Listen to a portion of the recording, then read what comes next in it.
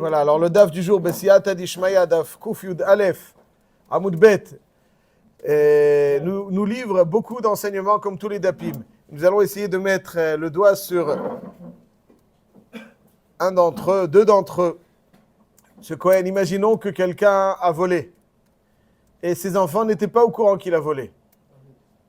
Il n'est pas au courant. Et puis, finalement, ils ont mangé. Est-ce qu'ils doivent, ils ont mangé donc par exemple cet animal que leur père avait volé, père défunt avait volé. Ils l'ont mangé. Est-ce qu'ils doivent payer ce qu'ils ont mangé? Le père, il n'est plus là. Bedin Shelmala. Il ne paye pas. Et ils ont mangé. Ils ont mangé.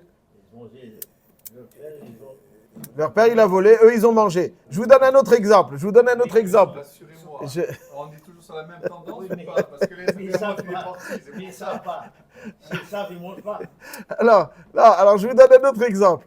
Imaginons que le père a emprunté une vache. Là, il ne l'a pas volée. Il décède. Les enfants rentrent dans l'étable de la famille, dans la ferme de la famille. Où il y a une vache qu'à dire le père, il l'a achetée. Sympathique. On va faire un méchoui, il revole le yortzeit.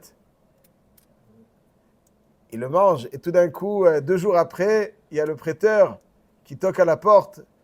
Ma vache. Il dit, je ne savais pas que c'était la vôtre. Le père était encore vivant. Non, il a emprunté une vache. Il ne savait rien du tout. Je répète, il a emprunté une vache.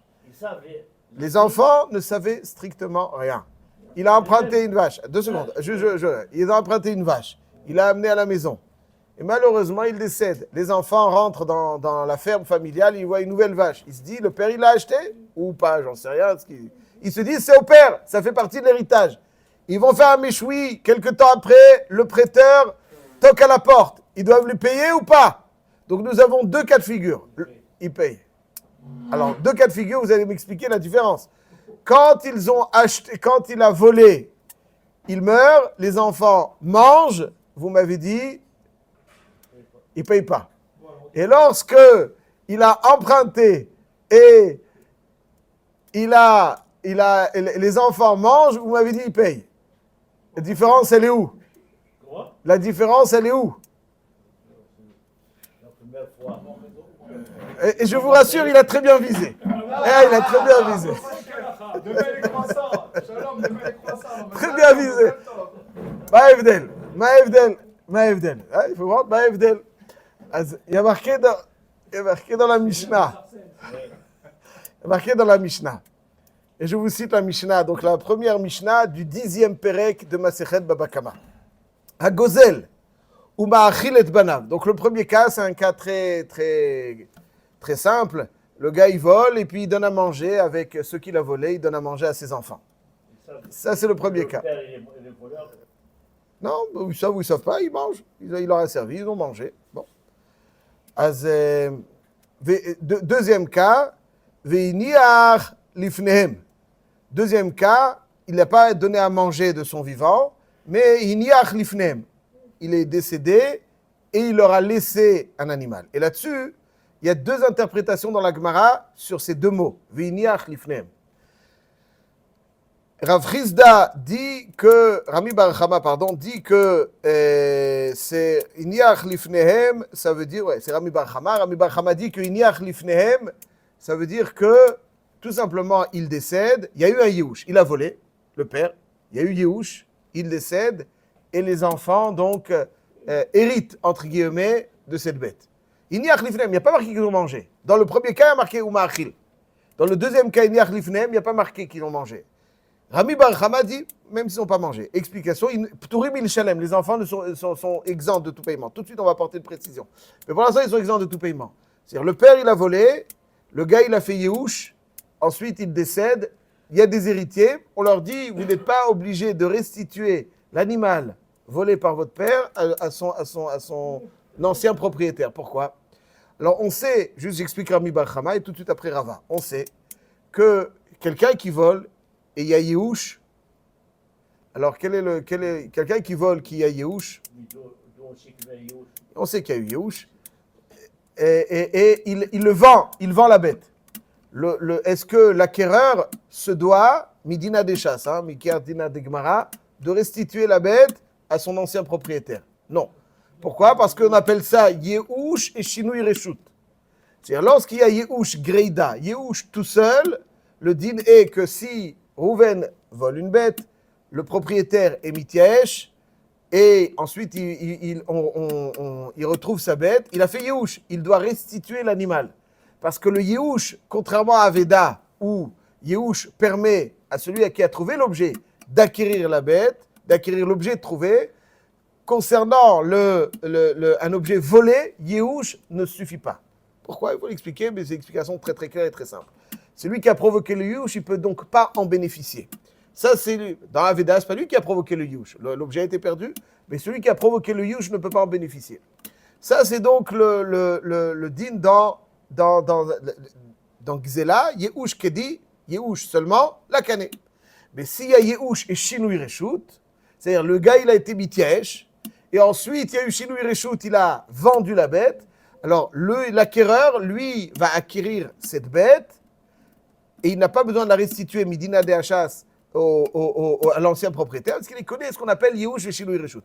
Donc Yehush Kedi, c'est-à-dire Yehush uniquement chez le voleur, ne suffit pas au voleur pour acquérir la bête, mais lorsqu'il y a le Yehush qui passe donc entre les mains de quelqu'un d'autre, un autre peut bénéficier du Yehush, c'est ce qu'on appelle Yehush et Shinui Reshut, c'est un grand sugia, mais en tout cas, voilà, sur un pied, c'est ça la différence chez Shinui Reshut. Rabbi Bar Chama argumente que de la même façon que si Rouven vole Yehush et il vend la bête, l'acquéreur l'acquiert, et il n'est pas obligé de la restituer Midina de Gemara à l'ancien propriétaire. La même chose des héritiers, c'est exactement le même système, la même configuration, à part que là c'est un acquéreur, là c'est des héritiers. Lorsqu'ils volent, un père vole, il y a Yehush, il meurt, ses enfants héritent, entre guillemets, de cet animal, il ça tout de suite, vous avez raison, la halacha, mais l'argument de Rami Bar Chama, c'est que Reshut Yoresh, que Reshut Lokeach Dame. Le Reshut d'un Yoresh est comme le Reshut d'un Lokeach, comme d'un acquéreur. Ça, c'est-à-dire quelque part, c'est vrai qu'ils ont la continuité, mais ils ne sont pas voleurs. Donc tout celui qui n'est pas voleur, il bénéficie du Yehush. Ça, c'est la svara de Rami Bar Chama. La halacha n'est pas comme Rami Bar Chama. La halacha est comme Rava. Que, comme vous l'avez si bien dit, les Yorshim sont la continuité du père, et en conséquence, ce qu'il y avait chez le père continue chez ses enfants, et le Yehush ne suffit pas au père, ne suffit pas aussi pour les enfants. Donc, on dit Reshut Lokeach connaît, avant Reshut Yoresh, et non connaît. Ça, c'est. Donc, il y a une différence d'interprétation dans la Mishnah toute simple. Dans le deuxième cas, Hagozel ou Machilet Banav, ça c'est le premier cas. Il a volé, il a donné à manger à ses enfants, donc ça c'est okay. Donc ça c'est rien. Alors, juste je précise, pourquoi les enfants ne sont pas obligés de payer alors qu'ils ont mangé, n'est-ce pas? Imaginons, ils ont mangé, la réponse elle est que dès qu'il y a Yehush, je suis plus chayav sur Achila.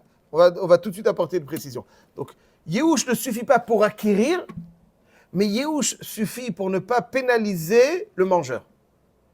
Ça, c'est quelque chose qu'il faut bien raffiner, mais en tout cas, c'est-à-dire, si quelqu'un vole, il n'y a que Yehush. Il n'y a que Yehush. Le propriétaire retrouve sa bête, il la reprend. Mais s'il n'y a que Yehush et quelqu'un la mange, le Yehush ne peut pas être mechayev de rembourser ce qui a été mangé. Le Yehush ne permet pas d'acquérir, mais il n'oblige pas à rembourser. De toute façon, c'est fini. Oui, mais est-ce qu'il va payer parce que, voilà. Dans le cas où le père a emprunté, il meurt, ses enfants vont faire le méchoui avec l'objet de l'emprunt. Il n'y a pas eu de Yehush puisque c'est un prêt. Meshalmim macheneinim. Ça veut dire qu'il y a un concept, la viande était bonne, très bonne. Tu as eu une ana, très bonne, grande ana. Tu payes la ana. La ana, elle est bien souvent inférieure au prix de la bête. Mais en tout cas, parce que s'il avait su, peut-être qu'il n'aurait pas... Mais en tout cas, il paye quelque chose. Ça, c'est vrai dans un objet prêté, parce qu'il n'y a pas de Yehush. Mais ça n'est jamais vrai dans un objet qui a été l'objet d'un Yehush, un vol qui a été l'objet d'un Yehush. Celui qui le mange, il n'est pas tour. C'est pour ça que dans la Mishnah, Gozel ou Machilet Banav, puisqu'il y a eu Yehush, alors le fait de l'avoir mangé n'est pas Mechayev. Donc on parle toujours qu'il y a eu donc Yehush, et quand il y a Lifnehem, alors Rabbi Bar Chama il dit, mais puisqu'il y a eu Yehush et que Shinui Reshut, donc ils ont pas, même s'il n'y a pas eu de mari, ils ne sont pas obligés de le restituer. Mais quand Rava, lui, quant à lui, dit, il y a Lifnehem, on parle aussi qu'ils l'ont mangé. Et la même façon que lorsque le père l'a volé et qu'ils l'ont mangé, ils sont p'tourim parce que quelqu'un qui mange une BMA qui a été l'objet d'un Yehush, on n'est pas chayav de rembourser ce qu'on a mangé puisqu'elle n'est plus là. La même chose, chez les enfants, il y a Lifnehem, on parle quand ils l'ont mangé. Même si quand elle était en l'état, ils devaient la restituer, mais une fois qu'ils l'ont mangé, c'est exactement comme quand ils l'ont mangé lorsque le père leur a servi. Une BMA qui est l'objet de Yehush, et ça c'est on n'est pas obligé de... Donc c'est le cœur de la Mishnah, juste un des enseignements majeurs de la Mishnah, c'est le suivant. C'est que Yehush Lakani, donc quelqu'un qui vole, et que dans Gzela, ouais, Yehush Lakani, dans Aveda Kodé, Gzela le Kodé. Donc quelqu'un qui vole, il y a Yehush, et qu'après on retrouve, le propriétaire retrouve sa bête, il a été mitiesh. Mais c'est là, l'alcool panib, il faut la lui rendre. Ça c'est vrai quand la BMA elle est kayemet. Mais lorsque la BMA n'est pas kayemet, alors évidemment, le voleur, il doit payer la bête. Ça, c'est une évidence parfaite. Mais un tierce, oui, on va voir tout de suite. Bon, en tout cas, je dis que si on vole et qu'il y a Yehush et qu'il mange, il paye le vol. C'est une évidence. Mais le chidouche est que quelqu'un d'autre qui mange une bête qui a été l'objet d'un Yehush, il n'est pas tout. C'est un chidouche. Il ne peut pas être conné, mais il ne peut pas être chayav de Nezikin ou de Hana. Je ne vais pas mitiesh, parce qu'il a été mitiesh. Il était mitiesh, je n'étais pas soustrait quelque chose. C'est-à-dire, quand je paye ce que j'ai soustrait, quand il y a eu Yehush, je n'ai rien soustrait puisqu'il est été mitiesh. Quand je paye, quand je dois restituer, c'est pas ce que j'ai soustrait. Alors là, tu dois lui rendre. Ça, c'est le cœur de la Mishnah. Ça, c'est le cœur. Ça, tout le monde admet cette réalité. Que Yehush, tu n'es pas connu, mais qu'avec le Yehush, quelqu'un qui a mangé, il ne paye pas. Ça, c'est admet. Excellent, on doit arriver tout de suite à cette question merveilleuse, Rabbi Moshe, 2 euros, ouais. Mais, donc ça, c'est le cœur de la Mishnah. Maintenant, ça, c'est admis de tous. Là où il y a débat, c'est lorsque les enfants ne l'ont pas mangé. Est-ce que Reshut Yoresh qui Reshut Lokiar? Ils vont, ouais, parce qu'il y a Yehush et Shinu Reshut, même s'ils n'ont pas mangé.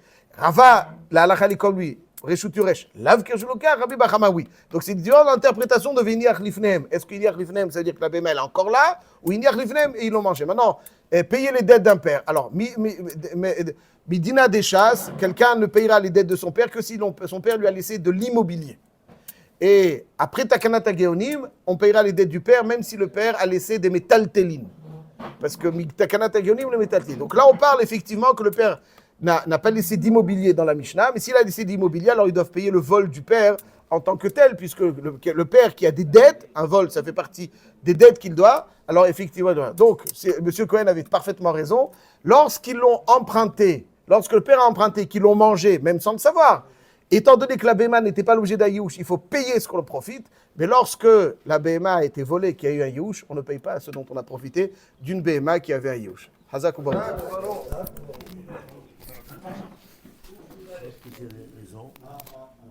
Pour une fois qu'il a raison, il a dit. Demain, tu amènes un pain au chocolat, il faut que tu as raison. Un jour, c'est venu, c'est la raison, c'est à vous d'amener.